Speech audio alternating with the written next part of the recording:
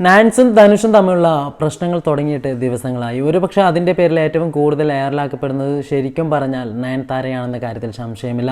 എന്തുകൊണ്ടാണ് നാൻസിനെതിരെ ആളുകൾ സംസാരിക്കുന്നത് എന്ന് ചോദിച്ചാൽ തീർച്ചയായിട്ടും ന്യായം ധനുഷിൻ്റെ ഭാഗത്ത് എന്ന രീതിയിലൊക്കെയുമാണ് ആളുകൾ പ്രതികരിക്കുന്നത്. ഒരുപക്ഷെ ശരിക്കും ധനുഷ് പറയുന്നത് ശരിയാണോ എന്ന് നമുക്ക് തന്നെ നോക്കാം. ധനുഷ് നിർമ്മിച്ച സിനിമ സംവിധാനം ചെയ്തത് നയൻതാരയുടെ പങ്കാളി വിഘ്നേഷാണ്. ഒരുപക്ഷെ ഈ വിഘ്നേഷ് നിർമ്മിച്ച ആ സിനിമയിലൂടെ ധനുഷിന് 10 കോടിക്ക് മുകളിൽ നഷ്ടമുണ്ടായി എന്നാണ് ധനുഷ് പറയുന്നത്. പക്ഷേ അതിൻ്റെ അടിസ്ഥാനത്തിൽ ആ നഷ്ടം ധനുഷ് തന്നെ സഹിക്കുകയും ചെയ്തിരുന്നു.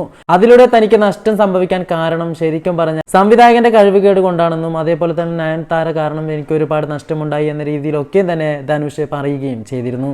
ആ സാഹചര്യത്തിലൂടെ മുമ്പോട്ട് പോകുമ്പോൾ അതിനുശേഷം ഇവർ അസ്വാരസ്യങ്ങൾ ഉണ്ടാവുകയും ചെയ്തിരുന്നു. എന്തു തന്നെയായാലും അതൊക്കെ കഴിഞ്ഞ് ഒരുപാട് വർഷങ്ങൾക്ക് ശേഷം ശരിക്കും പറഞ്ഞാൽ നയൻതാരയുടെ ഒരു ഡോക്യുമെൻ്ററി പുറത്തിറക്കാൻ ശ്രമിക്കുന്നത്.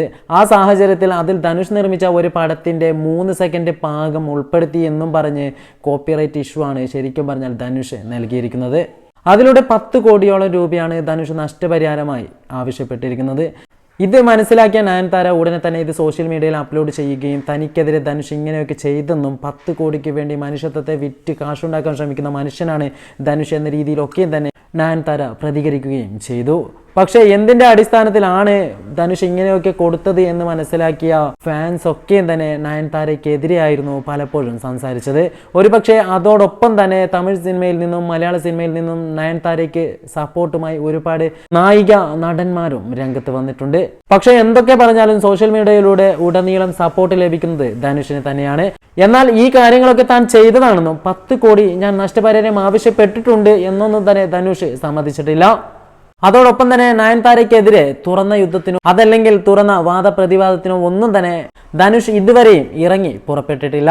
എന്തു തന്നെയായാലും വെറും 10 കോടി രൂപയ്ക്ക് വേണ്ടി ധനുഷിനെ പോലൊരു ആക്ടർ, ഒരുപാട് ബിസിനസ് ഉള്ള സമ്പന്നനായ ഒരു മനുഷ്യൻ, അതിലുപരി ഒരുപാട് ഫാൻസ് ബേസ് ഉള്ള ഒരു മനുഷ്യൻ ഇങ്ങനെ ഇടപെടുകയും ആ പൈസയ്ക്ക് വേണ്ടി ഈ കാര്യങ്ങളൊക്കെ തന്നെ ചെയ്യുമെന്ന് ആരും തന്നെ വിശ്വസിക്കുന്നില്ല. പകരം നയൻതാരയോട് നല്ല രീതിയിലുള്ള പക തീർച്ചയായിട്ടും ധനുഷിന് ഉണ്ടായിരുന്നിരിക്കണം. എന്തു തന്നെയായാലും ആദ്യത്തെ ഒരു പോസ്റ്റിന് ശേഷം നയൻതാരയും ഈ കാര്യങ്ങളെക്കുറിച്ച് പുറത്ത് പറയുകയോ ഇതിൻ്റെ അപ്ഡേഷനെ കുറിച്ച് അറിയിക്കുകയോ ചെയ്തിരുന്നില്ല. പക്ഷേ പലപ്പോഴും തമിഴ് സിനിമാ ലോകത്തു നിന്നും പലതരത്തിലുള്ള വാർത്തകൾ പുറത്തു വരുന്നുണ്ടെങ്കിലും കൂടുതലും കെട്ടിച്ചമച്ചതാവാൻ തന്നെയാണ് സാധ്യത. എന്തു തന്നെയായാലും ഇനി നടക്കുന്ന കൂടുതൽ കാര്യങ്ങൾ നമുക്ക് കണ്ടു തന്നെ മനസ്സിലാക്കാം.